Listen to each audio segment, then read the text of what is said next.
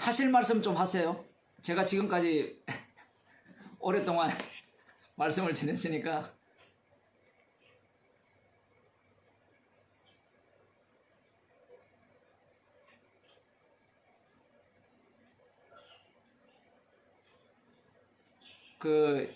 우리가 말씀을 대하는 방식이 이 성령이라는 이 부분도 마찬가지예요. 성령께서 인도하신다고 하는데,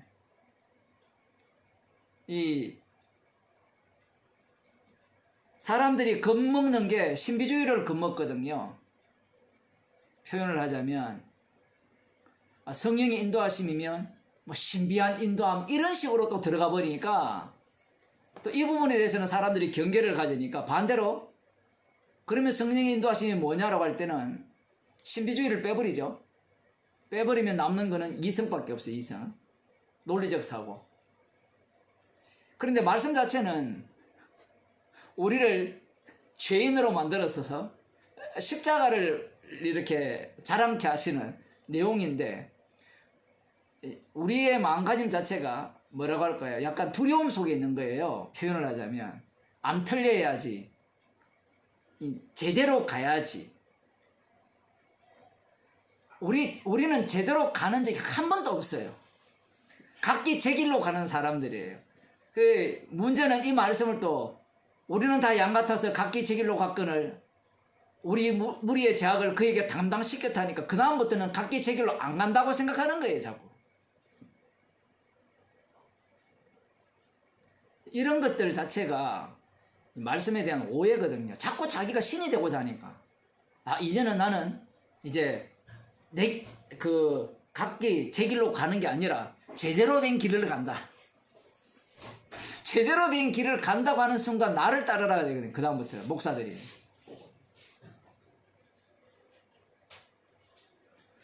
계속해서 그 말씀이 각기 제각길로 갔거늘 우리 무리의 죄악을 그에게 담당시켰다라는 이 십자가 사건이 성도 가운데 계속해서 주님은 이렇게 해요.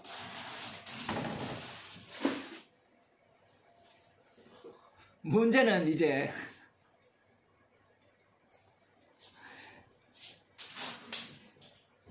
믿음 자체를 자기 것으로 소유한다는 게 문제죠. 목사님, 그러면 우리가 늘 그런 사건이 일어나는 속에 살고 있습니까? 또 여기에서 이제 또 인간이 어떤 마음이 드는가 하면 자기가 계속 인식해야 된다는 거예요.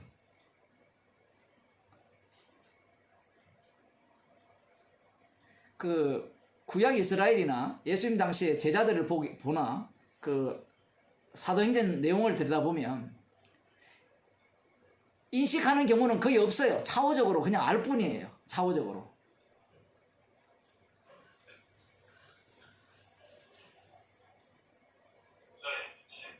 예.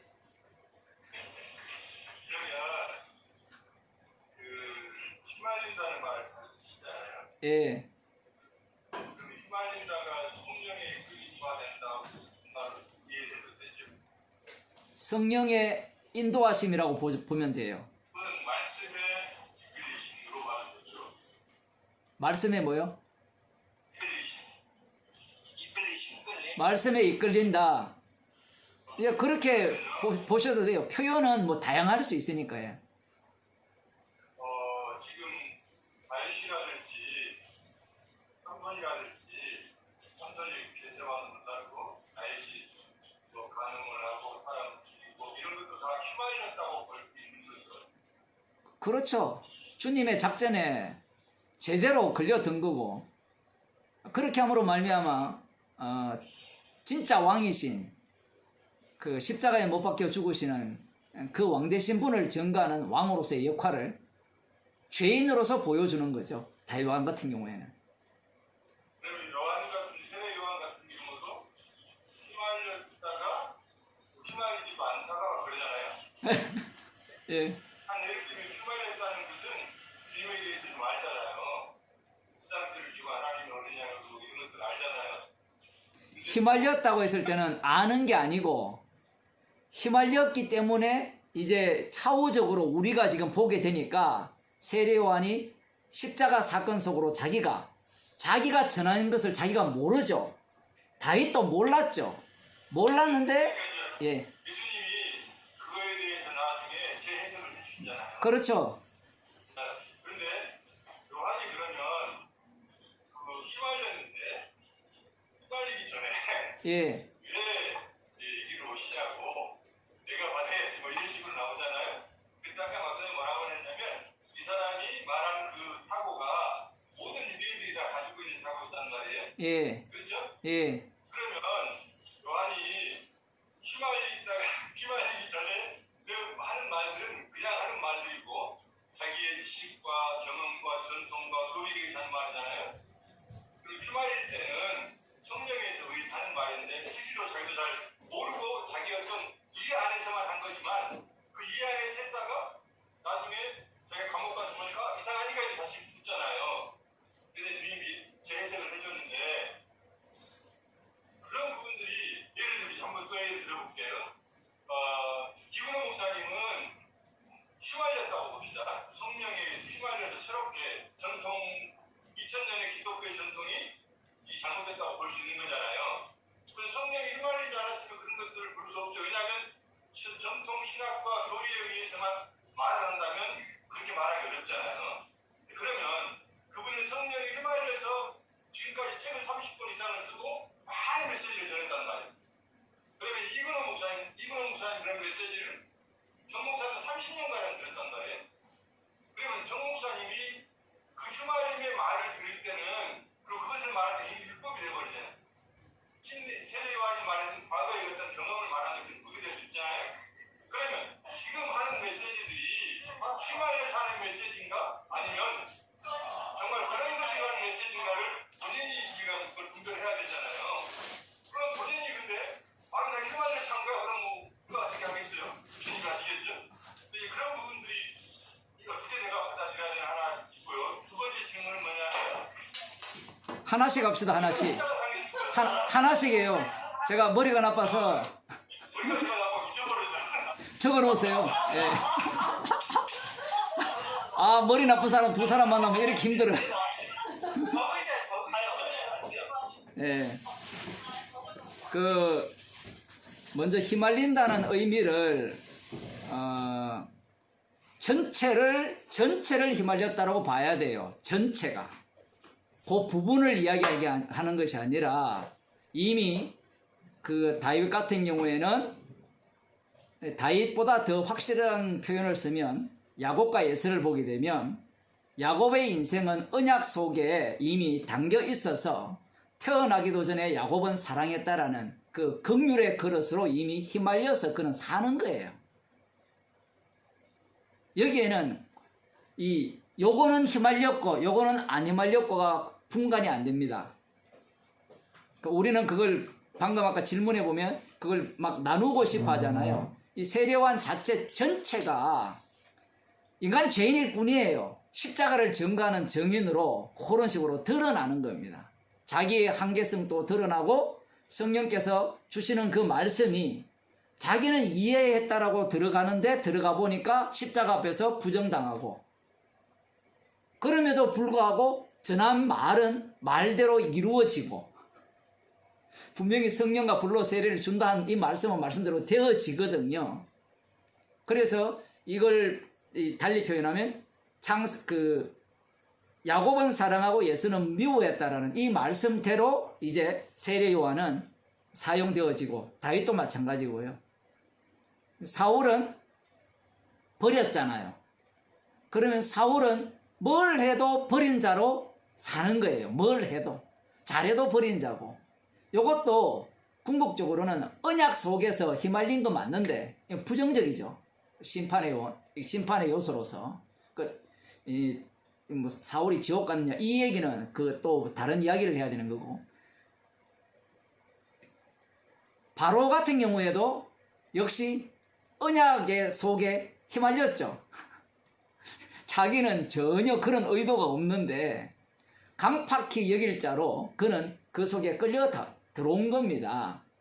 표현을 하자면 전체적으로 보면 다 십자가를 위한 세상이죠. 그리고 성도들은 이 십자가를 전가하기 위해서 휘말렸다라는 표현을 자꾸 하는 이유가 뭔가 하면 출발 자체가 십자가에서 출발했다는 거예요. 성도 자체가. 그러면 휘말리게 되면 나오는 게 뭐냐 할 때는 십자가 피가 나와야 되겠죠. 이 윤 목사님이 이제 질문한 내용은 이거잖아요. 당신이 30년 동안 말씀을 들었기 때문에 그것이 세뇌받아서 하는 말인지 배워서 하는 말인지 정말 성령께서 인도해서 하시는 말인지 그걸 어떻게 분별하느냐 지금 이걸 묻고 싶은 거잖아요. 그죠? 제가 주님이 아닙니다. 저는 십자가만 전가할 뿐이에요. 성도는 십자가만 전가할 뿐입니다.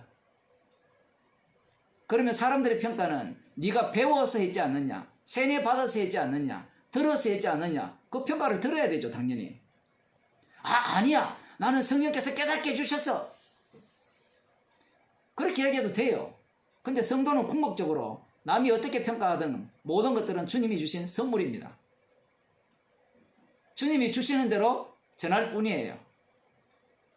그걸 달리 표현하면 은혜 받은 대로 내어놓을 뿐입니다.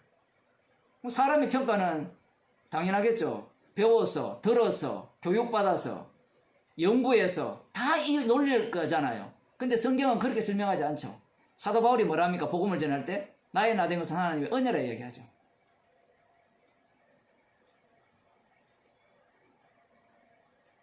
받은 대로 내어놓을 뿐입니다. 똑같아요. 여러분들도 복음을 들었잖아요. 이게 복음이라고 복음을 들었을 때 여러분이 이 정목사에게 세뇌당했는지 배워서 알게 되었는지 논리적인지 성령의 인도하심인지 어떻게 압니까? 라고 묻는다면 우리 가운데 성령께서 친히 우리를 전가하고 계세요. 성령이 없는 자와는 대화하기 어렵죠. 그래서 그렇게 이야기하면 또 논리를 펴겠죠. 나도 성령 받았고 니도 성령 받았고 그래 받은 대로 사세요. 다 받은 대로 살자고. 각자 다 그래 살아요. 그래서 인간의 논리라는 것은 그 논리 속으로 들어가면 정답이 없어져 버립니다. 진리가 없어져 버려요. 모든 게 상대적이 돼 버리거든요.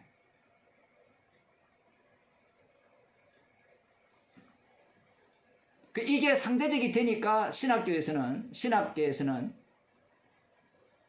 이 자기 응원군을 모집하는 거예요. 제가 어제 출애굽기 23장을 이야기했는데 오늘 질문을 잘 하셨는데 그 23장에 보면 판결을 할 때 다수를 따라서 판결하지 말라 하거든요. 다수를 따라서 판결하지 말라는 것은 인간 세계 자체는 다수가 진리예요. 지금도 마찬가지예요. 우리가 이런 복음을 이야기하면 다수는 누군가 하면 순복음이 다수고 개혁주의 교회가 다수예요. 그게 진리예요. 성령에 휘말렸다 안 휘말렸다도 어떻게 분발하는가 하면 십자가가 나오는 걸 보면 돼요. 복음이 십자가를 전가하는지 안 그러면 지식 정보를 전달하는지 형식은 지식 정보일 수밖에 없죠. 그것도 다 지식 아닙니까? 뭐 그렇게 따지면 뭐 할 말이 없고요. 그건 뭐 다 그렇게밖에 지식밖에 없잖아요. 언어라는 자체가.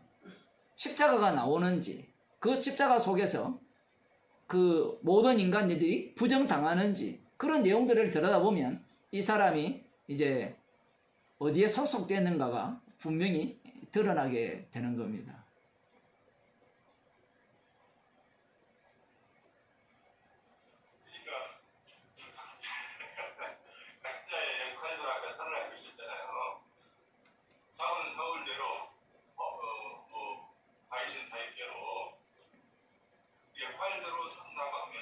예. 각 역할이 있는 거잖아요. 그렇죠. 그러면 제 생각에 이건 뭐 정무사님이랑 공격하려는 것도 아니고 예. 제가 공격하고 시비 걸리면 오지를 않죠. 그런 궁금증이 있어요. 그러면 굳이 우리가 뭐 공격할 필요가 있나? 예를 들면 다른 목사님이랑 부담하는 그 사람의 역할을 하는 건데 예. 우리가 이렇게 저렇게 말할 필요가 뭐가 있나? 그런 생각이 좀 들기는데요. 그렇죠. 너는 너의 역할을 하는 거야. 그렇죠. 유근옥사님 역할을 하는 예. 거고 정목사님, 송목사님 역할을 예. 하는 거예요. 예. 내가 예를 다른 사람들이 너도 이근옥사한테 다 배워가지고 말하는 거지. 예. 그렇게 말을 해도 예. 넌 그렇게 생각하니? 라고 그렇죠. 나는 은혜 예. 받았었고 예. 은혜 받은 감동을 나는 말해내는 거야. 그리고 내 속에 예. 내가 정말로 나를 드러내는 일도 없어. 예. 그럼 이미 십자가 안에 있는 거잖아요. 그러면 그 역할을 각각 하고 있는 것이고 또 주말력이 라고 볼 수도 있는 게 아닌가 생각이 들어요. 십자가 앞에서는요, 우리는 십자가의 증인이기 때문에 십자가를 전할 뿐이고요. 십자가 앞에서는 의로운 자가 하나도 없어요. 이거는 남을 공격하는 문제가 아니에요. 만일에 그런 논리라면 사도 바울이 피 흘리는 싸움을 안 해요. 각자 역할을 맡았으니까 바로는 바로대로 사세요라고 이렇게 표현을 하면 편하게 지낼 수 있잖아요. 그런데 예수님께서 이 땅에 오셨어서 그래 네 역할 해, 나는 내 역할 하겠다. 그 내용이 뭔가 하면 내 피와 내 살을 먹고 마셔야지 않으면 영생이 없다라고 말씀을 전하신 거죠. 그러니까 저쪽에서는 죽여버리죠. 왜 죽입니까? 십자가 복음 앞에서 자기 역할을 하기 위해서 죽여버리죠. 그럼 이 과정이 있을 거 아니에요? 이 복음 자체가 이들을 분노를 일으키게 하죠. 죽이지 아니하면 견디지 못하게 하는 겁니다. 왜? 그들은 마귀에게 속했기 때문에 그래요. 방금 역할대로 산다라는 표현 자체가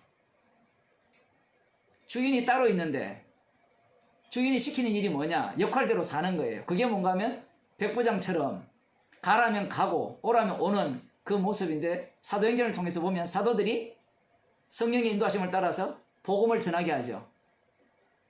복음을 전했는데 그 복음 자체가 상대들을 내버려 두지 않습니다. 악마가 발악을 해요. 복음 자체가.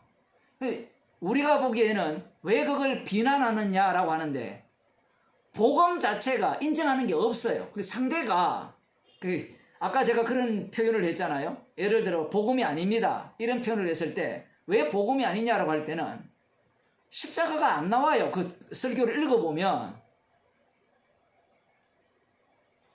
박살나야 되거든요. 폭탄이 떨어져야 되는데 폭탄이 없어요. 표현을 하자면. 그리고 십자가를 예수라는 이름으로 다 바꿔버렸어요. 십자가 이야기하긴 하는데 그러면 그런 비판을 왜 합니까? 그 모습이 우리 모습이잖아요.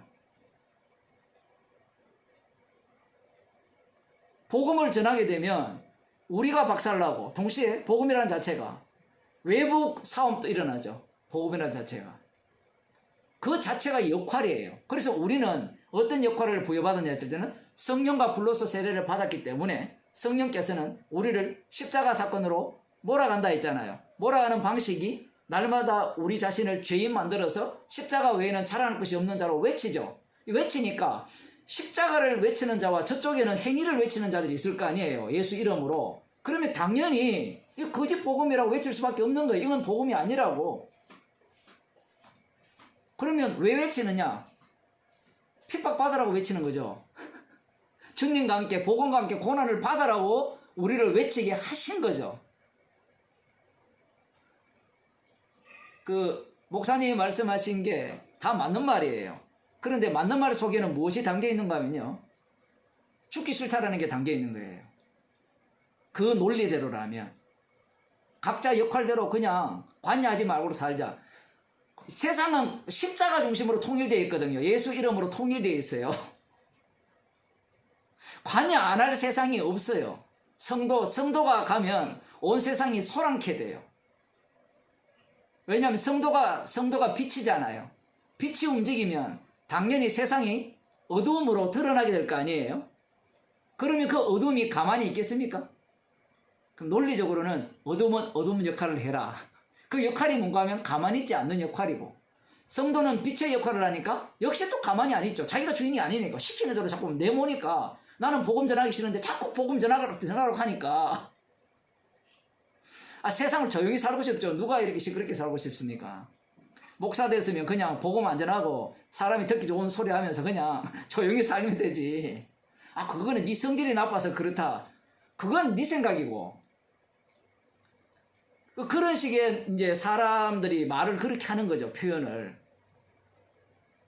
그래서 인간 세계에는 무엇밖에 없는가 하면 사람밖에 없어요, 보이는 게. 그런데 이 성도들은 성령이 들어와 오셨기 때문에 성령이 있는 성도들에게는 악마가 보이죠. 악마들이 들들 끓고 있잖아요. 예수님이 다닐 때 악마들이 발악을 하잖아요. 발악을. 십자가를 외치니까 발악을 하거든요. 그 인간들의 모습이거든요. 그리고 성도는 말씀의 사람이잖아요. 땅끝까지 이르러 내 증인이 되리라 했으니까 이거는 뭐 아까 그런 표현 자체가 성립이 안 되죠. 맡은 역할대로 산다라는 이게 말은 맞는데 맡은 역할대로 사는 게 맞는데 그게 우리가 생각하는 것과 전혀 다르다라는 거죠. 그래서 아까 하나님이 성전을 지을 때 예, 도덕의 굴을 지었다고 그랬잖아요. 아까 예, 예, 도덕의 굴을 지었는데 그러면 예수님이 이 도덕들하고 뒤덮어버리잖아요. 예, 그럼 예수님이 쇼하신 거네. 예, 왜냐하면 예수님이 쇼를 하신 것처럼 느껴진다고. 이미 다 알고 예. 도덕의 굴을 지어놓고는 예. 왜 또 도덕의 굴을 지어엎냐고요. 예, 그것을 금방 조금 전에 목사님 말씀하신 것처럼 예, 복음을 전할 때 예. 그런 역할로 그렇게 나를 공격하라는 의도로 예. 그렇게 해석을 해 나가면 되는 거예요. 그 예수님은 죽기 위해서 오셨거든요. 죽기 위하셔서 그 참 성전인 자신을 증거하신 거예요. 그러니 당연히 저들은 죽여야 되죠. 예수님이 다 알고 계시죠. 쇼를 하셨다라고 하니까 좀 더 노골적으로 표현하면 모든 것이 주로 인하고 주로만 이게 죽기로 돌아가죠. 세상은 이것을 위한 쇼입니다. 쇼. 맞죠? 이제 사람들은 여기에 불쾌감을 갖죠. 쇼할 것 같으면 왜 그거 하려고 우리 만들었냐 이거예요. 그거 하려고. 이스라엘 백성들 짜증나죠. 우리 짐승 만들려고 아브라함 택해가지고 율법도 주시고 바빌론 포로로 잡혀갔다가 선지자들이 외침도 줘가지고 뭐 에스라 느헤미야 계획을 통해서 이렇게 해가지고 여기까지 왔는데 결국 우리 짐승 만들려고 우리를 이렇게 하셨습니까? 열받아요. 이런 자들이 진노의 그릇들이죠. 긍휼의 그릇들은 감사가 넘치죠. 주님의 그 십자가 사랑을 증거하기 위해서 우리를 짐승으로 만드셨군요. 한 가지만 더. 예. 네, 다른 분 질문해야 되는데. 아니 많이 하세요. 괜찮아요. 예. 그러면 아까 이제 말씀하셨을 때 예. 성령과 불로 예. 우리가 만나잖아요. 예. 그럼 불은 우리를 죽이는 거잖아요. 예. 불을 죽이는 건데 그럼 갈라디아서 2장 20절에 예. 내가 그리스도 십자가 못 박아 죽었냐는 그런 얘기를 하는데 내 안에 그리스도가 생겼어. 이제 내가 육체 가운데 사는 것은 예. 나는 누구예요? 이제 내가 육체 가운데 사는 것은 나는 죽었는데 또 내가 예. 산단 말이에요. 그렇죠. 나가 누구예요? 내가 살아야죠. 내가 살아야 그 말씀대로 실제로 내 몸에서 이루어지는 것들이 드러나는 거죠. 이제 내가 사는 것은 내가 육체 가운데 살다죠. 육체 가운데. 이게 핵심이에요. 이 육 가운데 사는 거예요. 내가. 그러니까 우리는 예수님과 죽었으니까 예수님이 사니까 이제 나는 내가 안 살아. 예수님이 살아. 이게 아니라 예수님이 산다는 증거가 뭔가 하면 갈라디아서 2장 20절 봅시다. 질문 잘 하셨으니까.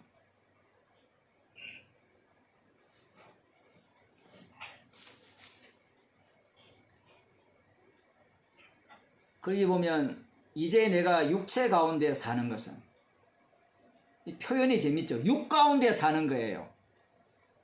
육 가운데 산다는 것은 육이 계속해서 튀어나온다는 얘기예요. 튀어나오니까 나를 사랑하사 나를 위하여 자기 몸을 버리신 하나님의 아들을 믿는 믿음 안에서 사는 것이라. 이 믿음만 계속해서 나오는 겁니다. 이제 내가 죽고 내 안에 그리스도께서 사니까 이제 더 이상 육 가운데 안 산다 이렇게 나와야 되는데 논리가 이제 본격적으로 육 가운데 사는 거예요. 요 육체라는 게 육입니다. 육, 사르크. 그래서 사도 바울이 죄인 중에 개수를 하는 거예요.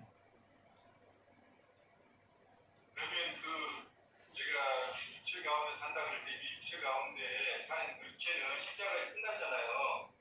그러면 그것을 그냥 내가 인식하며 사는 것을 말하는 건가요? 끝났다가 아니라 십자가 사건이 계속해서 육 가운데서 반복되어서 일어난다는 겁니다. 지금. 예, 반복되어서. 예. 그래서 우리가 육 가운데 사는 거예요. 그 예수의 생명이, 이거 다른 부분도 고린도 후서에도 나오는데,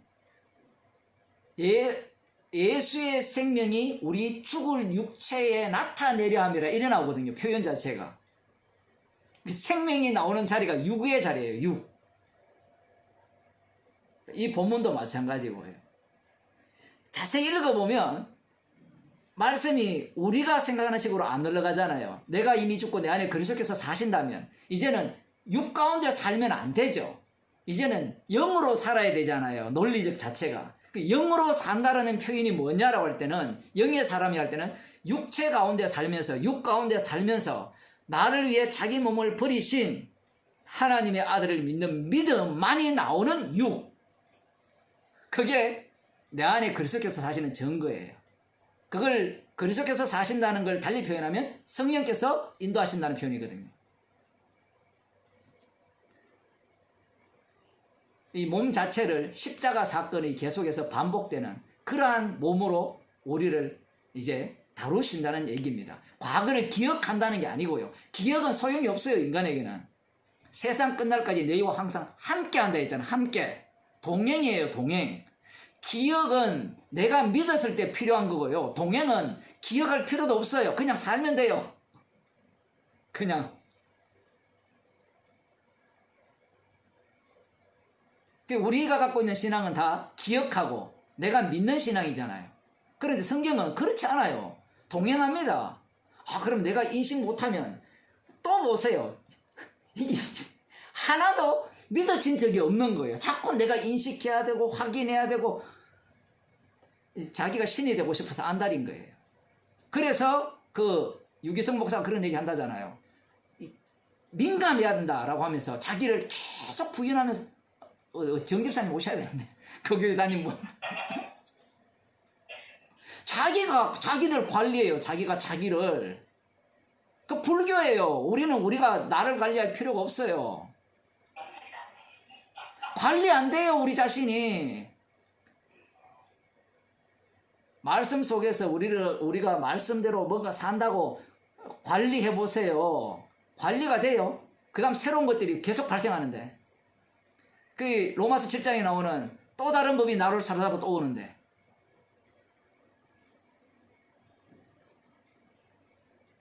속이는 거예요. 스스로 속이는 거. 이미 우리는 악마이기 때문에 자기가 하나님같이 되고자 하기 때문에 말씀 자체를 자기가 장악하려고 하는 거예요. 이런 본문들도 이 먹이로서 딱 맞거든요. 내가 예수 그리스도와 함께 십자가에 못 박혀 죽었나니 이제는 내가 사는 걸 내 안에 그리스도께서 사신다. 이러니까 야, 그리스도께서 사신다. 그리스도께서 사시면 어떤 모양을 띠어야 되느냐? 유기성 목사 정도는 돼야 된다는 거예요. 예? 손양은 목사 정도는 돼야 된다. 주기철 목사 정도는 돼야 된다. 이렇게 들어가는 거예요. 논리가. 사도 바울은 정반대 얘기를 하죠. 육 가운데 제대로 사는 거예요. 이제는 육 가운데 제대로. 그래서 구약 성경을 쫙 펼쳐보면 자기의 모습이 다 담겨 있는 거예요. 다윗의 모습, 사울왕의 모습, 별별 모습이 다 담겨 있는 겁니다. 십자가 사랑의 깊이를 알아가게 되죠. 그게 에베소서에서 사도 바울이 기도하는 내용이잖아요. 그리스도의 사랑의 깊이와 넓이와 높이와 길이를 알아가기를 원하노라. 이거 주님의 기도입니다. 죽을 때까지 우리는 십자가의 사랑의 깊이를 알아가는 인생이에요. 그 넓이를 알아가는 인생. 십자가의 사랑의 깊이와 넓이를 알아가려면 우리의 죄의 깊이가 그만큼 깊어진다는 얘기거든요. 얼마나 놀라운 이야기입니까? 그리스도의 형상까지 자라가라 하면 우리는 다 지옥 갑니다. 성경에 그럼 그리스도의 형상까지 자라가라라는 표현이 뭐냐? 간단하죠. 그리스도의 형상이 아까 제가 뭐라 했습니까? 십자가에 못 박혀 죽으심으로 아버지 뜻을 다 이루었잖아요. 그럼 우리는 죽는 겁니다, 그냥. 그것은 우리가 그렇게 할 수 있는 것이 아니라 말씀 속에 이미 죽었고요. 주님이 죽이실 겁니다. 조금만 기다리세요. 죽습니다. 코로나 죽든지 뭘 죽든지 이미 그리스도 안에서 죽는 자는 다 복된 자이기 때문에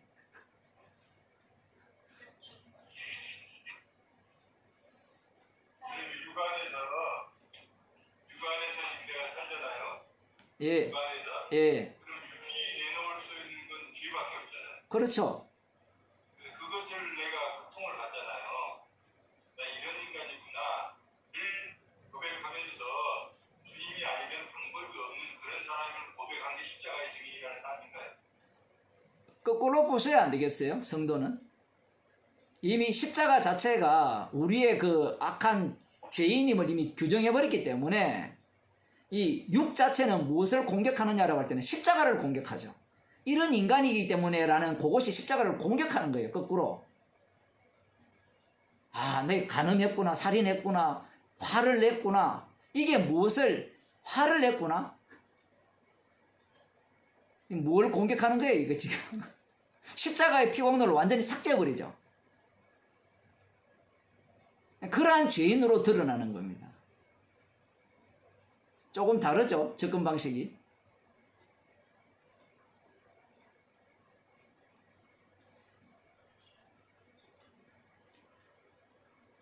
아, 나는 이런 인간이구나, 안 되는구나. 이것은 불교에서 말하는 이야기고, 이런 인간이구나. 그게 상그럼 더 들어가면, 그럼으로써 벌써 자기의 희망을 걸어버렸죠. 이런 인간이 아니어야 되는데. 우리는 육이라는 것은 항상 이 공격 상대가 십자가라는 거예요. 십자가의 다 이루심을 공격한다는 겁니다. 우리가 뭘 해도. 조금 달리 표현하면 이 공로를 자기 공로로 다 낚아채는 거예요. 반대로 표현하면.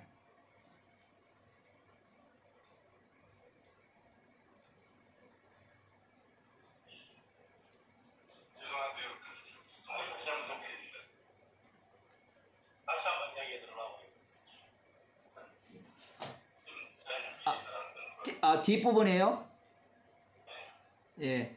우리가 공격한 나 이런 인간이구나.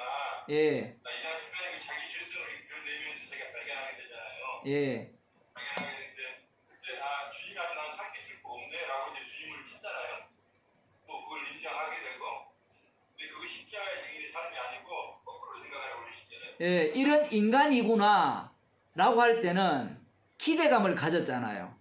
벌써 안 되구나 라고 할 때는 이 자체가 십자가를 제거하는, 그 십자가를 공격하는 사고방식이죠. 표현을 하면.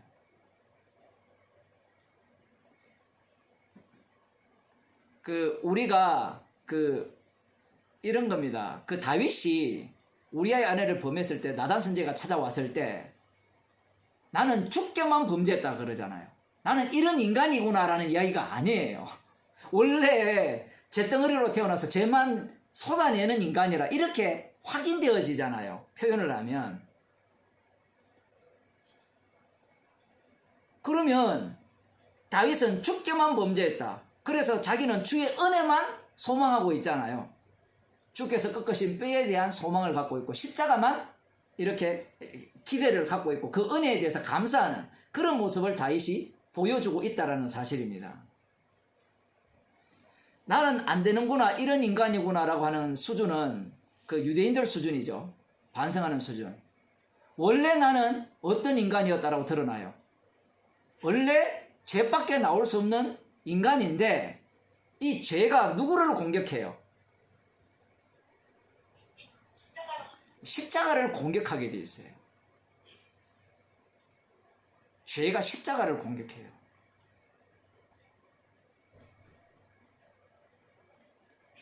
이런 겁니다. 내가 이런 잘못을 했으니까 어쩔 수 없는 죄인이네요 라고 할 때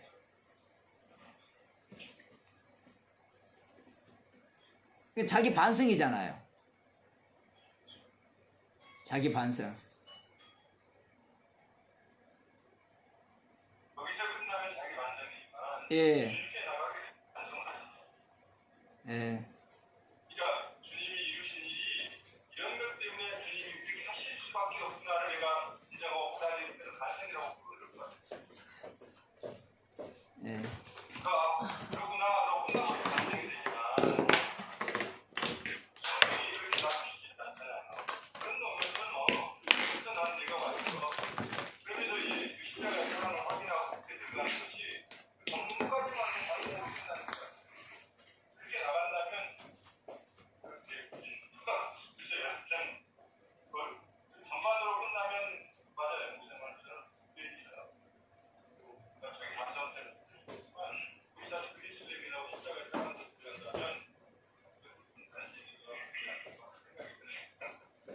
십자가를 전가하기 위해서 주께서 우리를 그런 죄를 짓게 하셨다 이렇게 보시는 게 맞죠.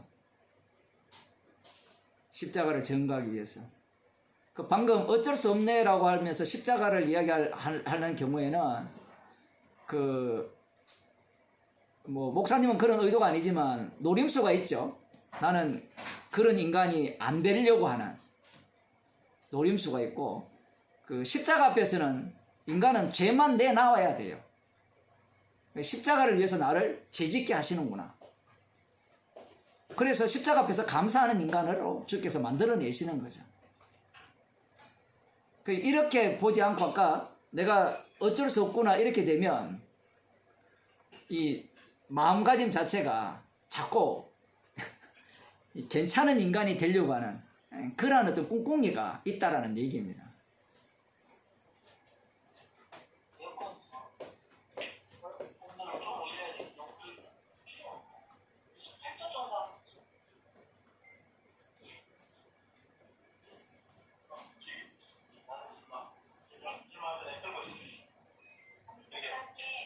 예. 이런 걸 이렇게 이제 설명을 못 하겠더라고요. 같이 모임 하시는 분들 설명을 못 하는데 십자가 얘기만 하면 화를 내. 딱 인간은 잘난 체 하지 말라고 그러고 헛것 던지 말라고 그러고 그래요. 사람들이. 그래서 내가 가끔 가다가 이걸 들어보면은 맨 처음에 이제 저 같은 경우는 지금 이 부분을 못 들었을 들리지 않았을 때는 강남 언니가 저 아플 때 얘기를 하잖아요. 뭔가 듣기가 싫은 거야 진짜로. 저도 진짜 내가 오직하면 안 걸린 이 부분 때문에 더 힘들다면서. 되게 힘들더라고요. 그래갖고 이 언니는 좀 앞에 나와서 말씀하시면 좋겠는데 잘 안 들려요. 예. 노트북 앞에는 앞으로 나가. 예. 노트북 앞에는 목사님 아니 수익은 예. 예. 그 정도만 앉으셔도 돼요. 거기서 하세요. 그러니까 너무 힘든 거예요. 저도 그러니까 너무 힘들고 왜 맨날 그 죄에 대한 얘기만 하는지 모르겠다고 나는 너무 힘들었거든요. 예. 근데 이게 내가 죄인이라는 걸 인식하기가 너무 힘들더라고, 솔직히 얘기해서. 예. 근데 저 같은 경우도 그때 당시에는 내가 죄인이라는 거를 받아들이기가 어렵더라고요. 그러니까 사람들은 저 같은 경우는 내가 오직하면은 나 이러다가 진짜 우울증을 하고 죽을 것 같아. 왜 자꾸만 죄를 만들어. 세상살이가 더 힘든데 예. 이 세상 살기가 너무 힘들잖아요, 솔직히 얘기하면요. 예. 진짜 죽이고 발붙고 올라가야 될 세상인데 자꾸만 나를 갖다 그렇게 우울증을 만들면 너무 힘들다. 그래서 이제 저도 강남 언니한테 전화를 하고 이제 다시는 전화하지 말아야지. 그러고서 이제 전화를 끊어. 강남 언니가 누구예요? 아, 뒤에 계신 분. 이진이 언니랑 전화를 끊어요. 전화를 끊으면 또 이게 얘기를 누워있다 보면 이게 맞는 것 같기도 해. 십자가밖에 없지. 맞는데 왜 십자가 얘기만 다들 싫어할까? 나도 싫더라고. 그만큼 그래서 내가 요즘에 느끼는 게 이제 정석도 목사님 책을 읽으면서 요즘에 이제 저 자신을 바라볼 때 나도 나 자신을 사랑하는 우상에 빠져있구나. 내가 우상이구나. 그러니까는 다 나 위주잖아요. 나 아닌 다음에는 다 나를 위해서 다 살고 있잖아 지금. 솔직히 얘기하면요. 그러니까 뭐든지 다 나잖아. 나 위주로 생각을 하면서 다 거기에 갇혀서 살잖아요. 근데 그게 우상인지도 몰랐고 그게 뭔지도 몰랐잖아요. 네? 아니에요. 아니. 그래서 저도 그래갖고 이게 들으면서 오다가 저도 여기까지 온 거거든요. 솔직히 얘기하면은 이 복음을 듣고 나니까 그냥 저 도망 가고 싶어요. 솔직히 여기 나오기 싫어. 나오기 싫은데 나오기 맞다고 생각하니까 여기 와 있는 거거든요. 저도. 그게 이제 내가 믿는다는 것도 아니고 그냥 이게 맞아. 그게 인식이 되는 거야. 저도. 그래서 여기 오게 된 건데 근데 진짜 듣기 싫어하더라고. 나도 듣기가 싫었거든. 그래서 내가 저 같은 경우는 저는 솔직히 얘기해서 기독교 자체를 오기가 싫었어요. 십자가가 너무 싫었거든. 그게 이제 그랬는데 이제 여기를 이제 오게 한 것도 그냥 이 과정 속에서 제가 이제 여기로 왔거든요. 근데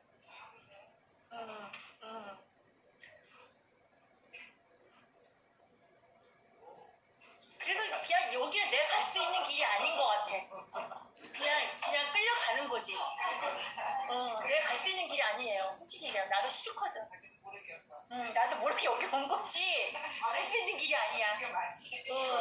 그리고 저 같은 경우도 저 목사님들이 제일 뒤에 많아요. 근데 목사님들도 십자가 얘기하면 다 싫어. 거기에서 뭐라고 그 같은 그 동료 목사님한테 얘기를 하면 저보고 그래. 왜 거기 십자가에 머물러 있니? 거기에 머물러 있잖아. 한나기를 업을 하라고 해요. 부활로 예수님이 다 이루셔서 부활하셨는데 너는 거기 왜 십자가에 머물러 있냐는 거야. 부활을 해야지. 그래서 다 이루셔서 우리는 누리고 살면 된다 이거야. 이 세상에서 누리고 살다가 그냥 하나님이 부르시면 예수님이 부르시면 그냥 가면 된다. 그런데 왜 이렇게 거기만 머물러 있냐 이거야. 근데 여기가 맞다고 오니까 안쪽에 있는 거거든 저도. 나는 얘기를 하니까 목사님들은 어디가 독초를 먹고 와가지고 그런 소리 한다고. 하기 전에 그게 이제 목사님 내가 자꾸 이런 얘기를 하면 너무 싫어하는 거야 나를. 그래서 내가 이제 문의를 하잖아. 무슨 거 어떻게 생각하는지 답변 좀 해서 얘기를 안 해. 그 다음 주에도 얘기를 안 해. 모르는 거야 그러니까 결론은. 근데 나중에 다른 사람한테는 내가 저 집사가 독초를 먹고 와가지고 저렇게 질문한다고 날 너무 미워했어. 더 이상 못 나가면 못 나가. 저 같은 경우는 이 십자가 복음을 얘기하다 보니까 저보고 뭐라고 했잖아요. 거기 집사님 반대 가서 절대 입 다물고 계세요. 아는 차지 마세요. 건방져보여요. 이단이라는 지 이단이라는 소리는 안 해. 이단이라는 소리는 안 하고 십자가 얘기하고 예수님 얘기하는 이단이라는 소리는 안 하는데 초보에 머물러 있다고 그러지. 초보에. 친구 없지 이런 말 하잖아. 네? 친구 없지. 뒤에 친구 없지. 주위에 친구 하나도 없지. 예. 좀 들리게 해주세요. 여러분끼리만 말씀하지 말고. 그리고 목사님 여기 복음 듣고 나서부터는요 뒤에 사람이 없어요. 언니가 그런 말 해. 너 친구 없지. 저는 그러니까 이 복음 듣기 전에는 뒤에 사람이 되게 많았거든요. 진짜 이 복음 듣고 나서부터 뒤에 사람이 없어. 그래갖고 사람이 전화 벨이 안 울려. 진짜 뒤에 사람이 없어요. 그냥 전화를 딱 하려면 전화 걸 사람도 없어 이제. 그리고 옛날에는 진짜 많았거든요. 그래갖고 속 얘기도 하고 같이 동료 얘기하면서 그러냐 너 좋은 일 생길 거야 막 그러면서 막 통화를 많이 하고 사람이 많았는데 이걸 딱 하고 나면은 그게 딱 하고 싶지가 않잖아요. 말 자체가. 그리고 또 제가 그 다른 사람하고 통화를 하려고 그러면 말이 안 통하니까 싫은 거야. 그러니까 전화를 안 걸게 되더라고. 그러니까 여기가 좀 오늘 외톨이가 되는 것 같아. 그래도 오게 되잖아. 그러면 뒤에 같은 우리끼리 또 모여있으니까 그게 좋은 거야, 지금도. 뒤로 가야 되겠니?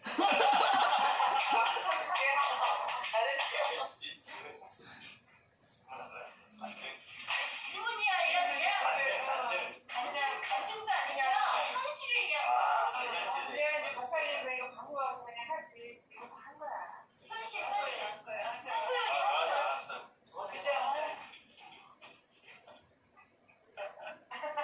신기하지 않아요? 이 십자가만 이야기하면 사람들이 거부감을 갖는 게 이전까지는 우리가 이런 생각을 할 수 있거든요. 당연히 십자가를 이야기해야 되고 거기에서 다 이루심을 이야기하는 것이 당연하다고 생각하는데 이 십자가라는 것을 이렇게 액세서리가 아니라 그거에 의해서 다 이루었다라고 해버리는 순간 사람들이 이제 거부감을 갖고, 아까 뭐 전화 안 온다 하잖아요. 전화 폼으로 갖고 있죠. 우리 유튜브 보려고 하셨어요? 그 저도 전화 오는 사람 없어요. 1년에 한 2통, 3통 올란가 뭐 모르겠는데 그 맞네. 다 잘렸어. 예.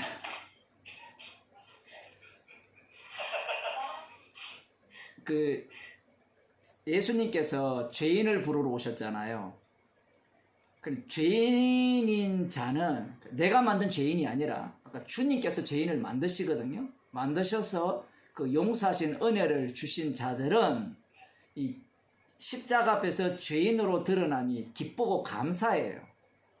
원래 나는 십자가 증거를 하기 위해서 부름을 받았기 때문에. 그런데 이 자기는 죄인이 아니었는데 예수님 믿으려고 하니까 죄인이 된 사람들은 죄인 되는 게 힘들어요. 아까 우울하다 그랬잖아요. 복음이 우울합니까 이게? 사망에서 생명으로 옮겼는데 신나는, 얼마나 신나고 기쁜 복음이에요. 아까 로마서 1장을 이야기하면서 이 복음을 이야기할 때 우리가 생각하는 복음과 전혀 다르잖아요. 죽으시고 부활하신 그분은 육을 완전히 부정해버립니다. 육을 죽여버리죠. 날마다 죽입니다. 한 번만 죽이는 게 아니라. 그런데 이 인간의 육은 자기가 죽으면 못 살아요. 자기가 살아야 되잖아요. 그러니까 이 복음이 얼마나 우울합니까? 그래서 십자가를 거부하는 거예요. 그 유대인들은 기적을 원하고 헬라인은 지혜를 찾는다 했잖아요. 기적과 지혜는 내가 이렇게 희망을 갖는 거예요. 육이기 때문에. 그런데 우리는 십자가 복음을 전한다 하잖아요. 십자가.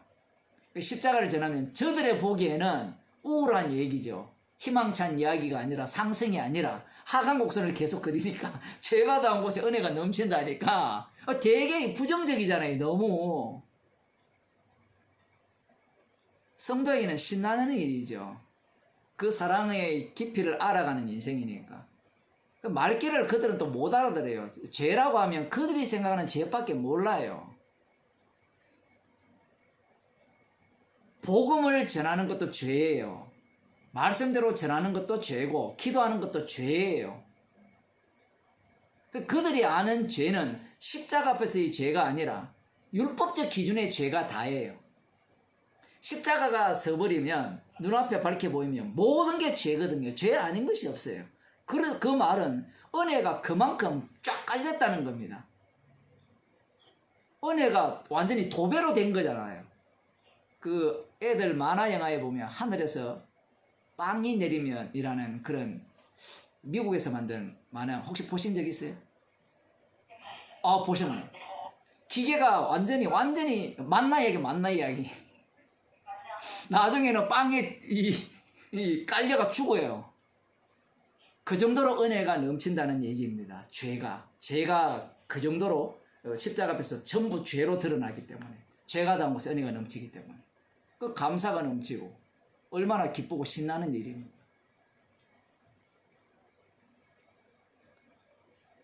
주인공이 자기였기 때문에 십자가 이야기하는 걸 싫어하는 거죠. 근데 그래도 웃기니까 말에 통하시는 분들이 있으니까 좋긴 좋은데, 아우 진짜. 아니 맥돌박이신다. 그 예수님은 3년 동안 따라다닌 제자들과도 대화가 안 됐어요. 대화를 하는데 예수님은 영어로 말씀하시고 제자들은 육어로 오죠. 대화가 안 돼요. 그 교회 다니는 사람들하고 이렇게 대화를 하면 대화가 안 되죠. 그들은 십자가에서 다 끝냈다라는 것을 믿죠. 자기들은 믿고 그 다음 아까 부활로 넘어가야 된다 이렇게 얘기를 하니까 그러한 사람들과는 대화하기가 어렵죠.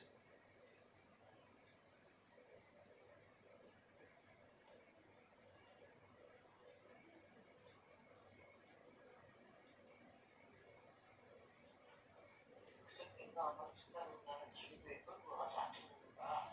우리 교회 위에서 그러고 정말 믿다 왔지. 뭘 나라 꼴이 이 모양인데 나도 지도하라고 한다고. 그러는 거야. 나라 위해서 지도해. 아 물론 마음은 있지만 그게 뭐 나라 내가 만드는 나라가 아닌데 태평하게 있다고 날 들어 뭐라 하더라.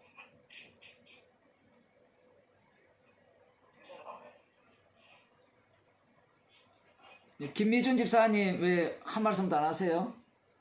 강남원은 강남원으로 들어야 되겠다. 좋다. 아, 예. 맛있어. 오셔서 하세요. 요 앞에 여기. 예. 일어나 빨리 가. 아니 장로님 그 의자 말고 뒤에 의자에 앉으세요. 뒤에 의자. 예, 두 번째 예. 아 뒤에 예. 여기서 하세요. 무슨 잠시 있고 예. 여기서 하세요. 저 목사님, 예. 제가 예전에 김성수 목사님 말씀을 들을 때 예. 죄에 대해서 이제 그때 당시에 죄에 대해서 설교를 많이 하실 때 어느 순간에 정말 내가 이렇게 더럽고 추악한 죄인이었다는 그런 상황이 있을 때가 있었거든요. 근데 정말로 나는 내 속에 있는 이런 죄가 있는지도 몰랐을 정도로 그런 것들이 발견됐을 때 그래서 주님이 나한테 오셨고 아까 이 목사님 말씀하신 것처럼 궁금한 게 그거든요. 그래서 나 정말 이 더러운 죄 때문에 주님이 오셨구나. 정말 그래서 나는 주님이 없으면 안 되는구나. 십자가 그 은혜가. 그러면서 나름대로 감격하고 은혜로 살았다고 생각을 했었는데 근데 목사님 말씀을 듣다 보면 아까도 말씀하신 것처럼 내가 죄인임을 알고 나서 주님이 내가 이렇게 더러운데 그래서 주님의 은혜가 필요하다. 그게 자체가 이 십자가를 공격한다고 그러셨잖아요. 예. 근데 그 부분이 정말 제가 너무 충격이었거든요. 그게 정말 저는 나름대로 정말 내가 죄인임을 알았다는 그 자체가 그래서 십자가 은혜가 얼마나 소중한지 정말 거기에서 감격하고 정말 나름대로 이 폭받쳐 오르는 그 은혜를 막 그렇게 살았었거든요. 근데 사실은 그 또한 정말 자기 구원이 될 수도 있고 또 자기 그 안에서 빠져서 정말 갑자기 기억이 안 나네. 근데 그런 부분들이 좀 굉장히 좀 혼란스러웠어요. 정말 그건 뭔가 주님이 그러니까 그게 어떻게 보면 내 일종의 내 개인 정말 나를 위한 구원 이렇게 될 수도 있다 연결될 수 있다는 생각도 드는데요. 근데 그 부분에서 이제 좀 많이 혼란스러워서 근데 아까 뒤에 계신 목사님이 그 부분에 대해서 이제 물어보실 때 저랑 똑같은 적이었었거든요. 정말 저는 그냥 정말 제가 알지도 못한데 그렇다고 누구한테 보이는 그런 죄가 아니라 정말 원초적인 죄. 정말 인간이 이렇게 악하고 왔다는 그러니까 많은 사람들이 살인을 하거나 어떤 행동을 봤을 때 상대방이 어떤 행동을 했을 때 예전 같으면 판단을 하지만 지금은 좀 나도 저 모습이 나한테 있구나. 나는 다만 그 상황이 안 됐을 뿐이고 정말 나는 어떤 상황이 되니까 나를 포장할 수 있으니까 감춰진 거지 정말 나도 하나님 다 들춰내면 저 사람처럼 살인할 수 있고 저 사람처럼 악한 행위를 할 수 있다. 그런 존재론적인 그런 식으로 제 그 바닥까지 보게 하는 그 은혜가 있었거든요.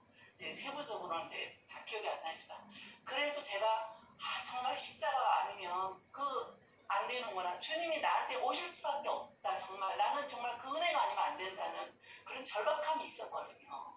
그런데 이제 목사님 말씀을 들으면서 그런 것 또한 예수님의 십자가를 공격한다. 왜냐하면 그 속에서 나의 가치를 또 챙길 수 있다는 그 말씀이 제가 좀 정리가 좀 안 되더라고요. 그 십자가 사건이 십자가로 이 성령을 부어 주시게 되면 우리는 십자가를 만나게 되잖아요. 그 십자가 앞에 서게 되면 죄가 무엇이냐라고 할 때는 그 아들의 죽으심의 그 용서하심의 은혜를 믿지 않는 것이 죄가 되거든요. 믿지 않는 것이.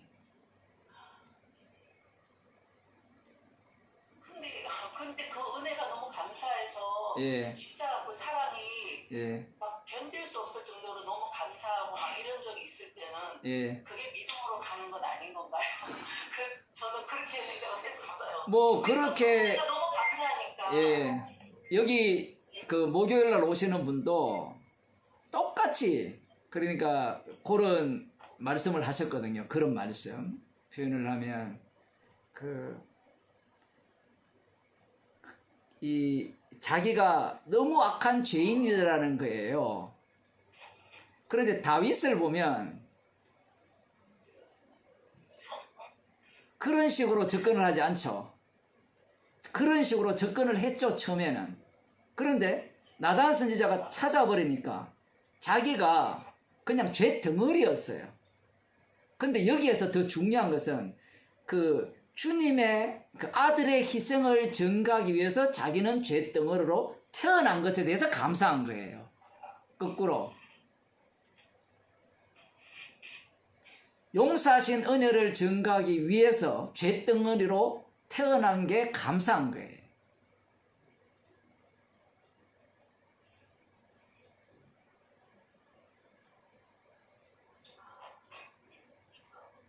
순서가 바뀌고 인간적인 게 요만큼도 나올 수가 없네요. 그렇죠?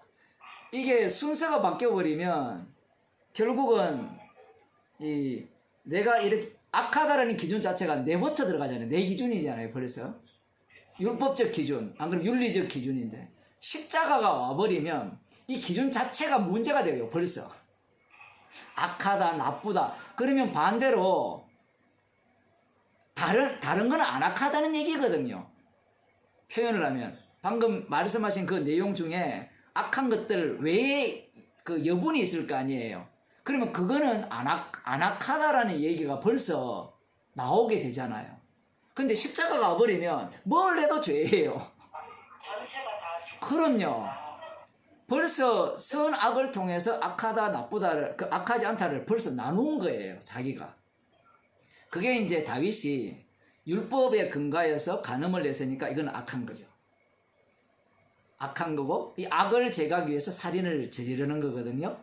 그런데 그게 자기는 죄라고 생각해서 감추려고 했단 말이에요. 근데 주님이 찾아오시니까 자기는 죄를 쏟아내는 자였고, 주님의 죽으심을 증거하기 위해서 간음해야 되었고 살인해야 되는 자로서 살았다라는 겁니다. 살인했기 때문에 나 악해, 나 이렇게 나쁜 놈이구나 이래 들어가는 게 아니에요. 논리 자체가, 말씀 자체가. 그럼 그것도 방법론이네요. 그러면 어떻게 보면. 이 기준을 자기가 잡고서 그렇죠. 죄의 기준 자체가 자기로부터 출발하는 거예요. 벌써 십자가로부터 출발하는 게 아니라 성령이 와버리면 뭘 해도 죄가 돼요. 만일에 그런 식이라면 그 집사님께서 만일에 그렇게 악한 죄인이었는데 이제 복음을 알았잖아요. 복음을 알고 난 뒤에 예를 들어 복음적 행위를 했을 거 아니에요. 그거는 악한 죄입니까 아닙니까? 이걸 묻게 되면 악한 게 아니라는 거예요. 맞죠? 아니면 아니다고 하시고 제가 그 윽박지를 문제가 그렇게 설교하는 게 김성수 목사하고 그 신윤식이고 누구는 이장우 목사 이야기예요. 다 악한 거네요. 그렇죠? 악하지 않은 게 있다라고 이야기를 하는 거예요. 계속해서. 십자가가 눈앞에 보이면 다 악해요. 그 피를 증거하기 위해서 우리는 그렇게 살게 하셨고 주님의 일은 주님의 일대로 드러나지만 우리는 계속해서 육체 가운데 산다 했잖아요. 육 가운데. 사도 바울이 육 가운데 살면서 복음을 전하거든요. 그러면 복음을 전하는 것은 육 가운데 살면서 전했기 때문에 복음은 복음대로 전파되어지고 자기는 죄인으로 드러나야 되겠죠. 여기에서 완전히 갈라서 버립니다.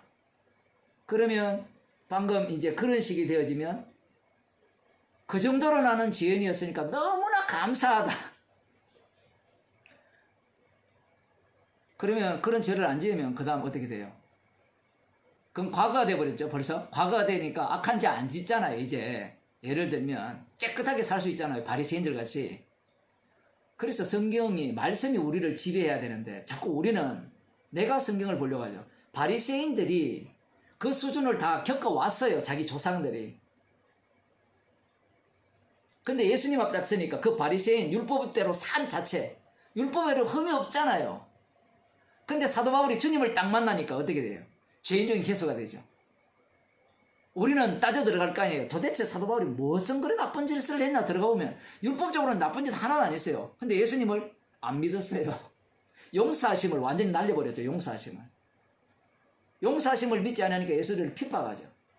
그거 뭐 같은 얘기입니다. 용서하심을 믿지 않는 것은 예수님을 핍박하고 예수님을 죽이는 일인데. 그러한 어떤 죄인임을 비로소 알게 된 거예요. 그러면 십자가의 영이 돌아버리니까 자기가 어떤 짓을 해도 나의 나 된 것은 은혜니까, 은혜라는 것은 십자가의 능력으로 주어지는 선물이잖아요. 그럼 그 받은 은혜를 통해서 증거하는 것은 십자가 사랑뿐이잖아요. 그렇게 이제 복음이 전파되는 겁니다. 감사합니다, 목사님. 아니, 저 완전히요, 막 그 스트레스를 받아가지고, 예. 소화도 안 되고, 굉장히 힘들었어요. 왜냐하면 이게 적응이 안 돼가지고. 여기 계신 분, 한 4년 전에 처음 목요일 모임 오시는 전도사님이 계시는데, 그분도 이제 김성수 목사 설교를 들은 이유가 자기 스스로가 이제 이건 좀 다른 케이스예요. 아무리 말씀대로 살려고 해도 안 되더라는 거예요. 자기 너무 죄인이더라는 거예요. 그래서 김성수 목사 설교를 딱 들으니까 너무나 감사하대요. 십자가가 너무나 그 사랑이 크고 놀랍대요. 그래서 제가 그 복음 아닌데요. 내가 이야기를 하니까. 화를 내면서 이제 다시는 안 보듯이 갔는데 뭐 어느 순간에 주께서 다시 또 만나게 해주셨는데 이제서 하는 고백이 나로부터 들어갔다는 거예요. 나로부터 들어가 버리면 마지막에 내가 나와요. 주님께서는 인간은 다 나로부터 들어가요. 근데 주님이 그걸 잘라가지고 주님의 죽으심으로부터 출발시킵니다. 저렇게 출발시키면 주님의 죽으심으로 끝나요. 그 자기를 안 봐요. 자기를 안 본다는 말도 참 어려운 말이지만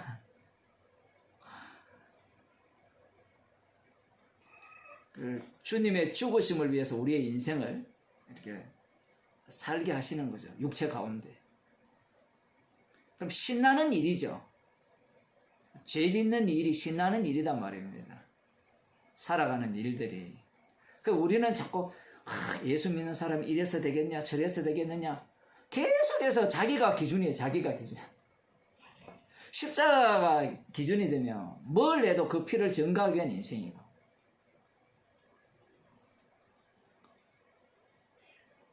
목사님 지금 말씀하신 그 진리안에서 자애를 누린다는 게 그 말씀이신 거네 지금.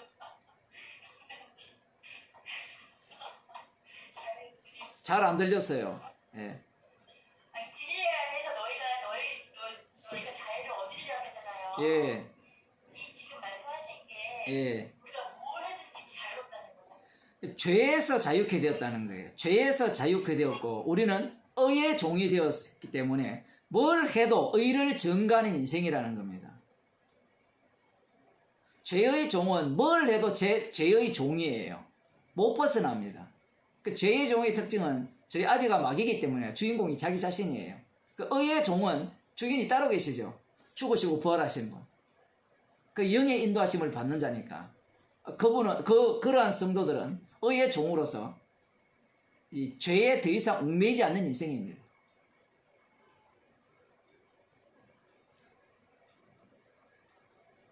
죄에 얽매이지 않기 때문에 육체 가운데 계속해서 사는 거예요.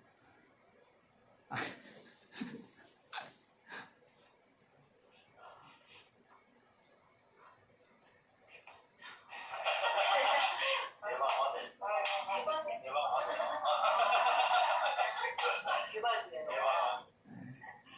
감이 이제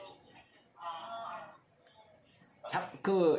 지난주 그 주일날 또 제가 그런 표현을 했나요? 지난주도 얘기한 것 같은데 그 죄의 종에서 의의 종이라는 개념 자체가 우리가 생각하는 것과 전혀 다르다라는 거예요.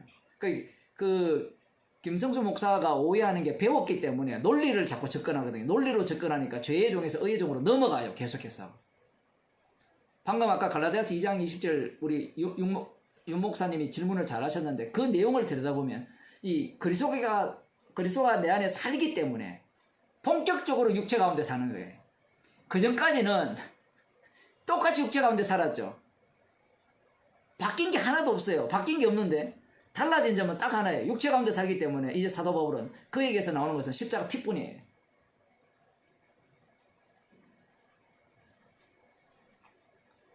그 전에 사도 바울이 육체 가운데 살았잖아요. 그에게서 나오는 것은 자기 의였습니다. 이게 신기하죠? 육체 가운데 살았을 때 사도 바울이 율법의 의로는 흠이 없게 살았잖아요. 그 모습이 오히려 주님이 함께 사는 모습 아닌가요? 전혀 다른, 이 성경이 완전히 우리가 보는 것과 전혀 다르게 얘기를 한다고요.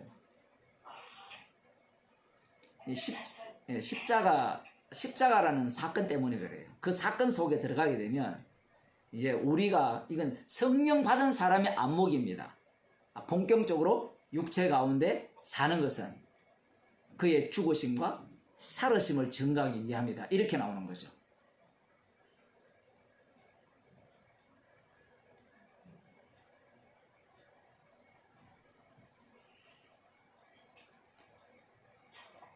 장로님, 부장로님, 이 질문은 있잖아요. 녹취를 안 하는 게 좋을 것 같아요. 그렇습니까? 예, 이게, 질문을 좀 할까요? 예, 이름이 또 다 나오고 이렇게 하니까, 차라리 뭐, 들으면 그냥 이렇게 듣는 정도로 이렇게 하면 좋은데, 또, 조금, 예, 알겠습니다. 없으면 말죠. 예, 장로님이 짐을 좀 들어드리는 거면. 예, 알겠습니다. 뭐 하셔도 돼요. 뭐 우리야 뭐 손해 볼 게 없으니까, 뭐 잃을 게 없으니까. 예. 예. 하시고 싶으면 하시고요. 예. 의사심을 들어줘.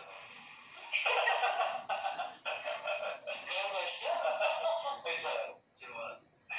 근데 어떤 사람은 또 이걸 뭐 좋아하는 사람들이 있더라고요. 아주 리얼하게 왔다 갔다 하니까. 예.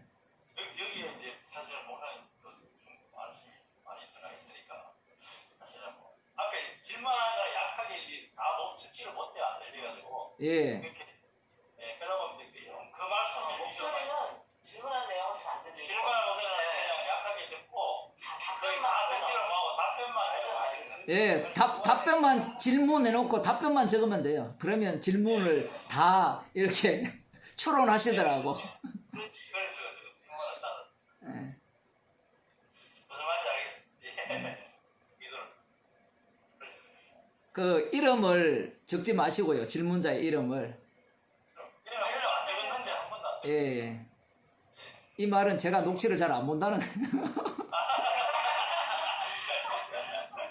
번도 보신 적 아, 열심히 봅니다. 예.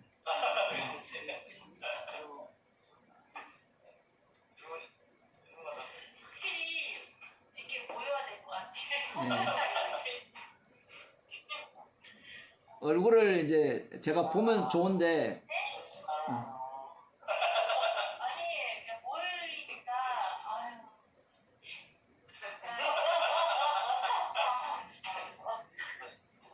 오늘은 여기까지 하고요. 여러분끼리 또 교제하시고, 또 말씀 나누시고, 맛있는 반찬 해 오셨습니까, 오늘?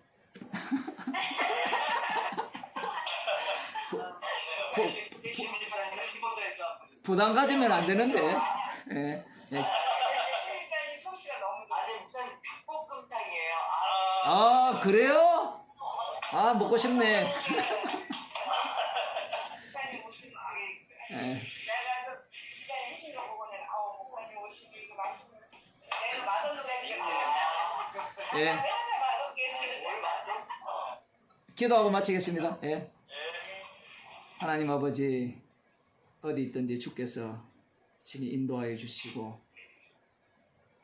예수님의 생명만 우리 죽을 육체에 나타내게 하옵소서. 예수님 이름으로 기도드리옵나이다. 아멘. 예, 예, 감사합니다. 즐거웠습니다. 예, 또 뵙겠습니다.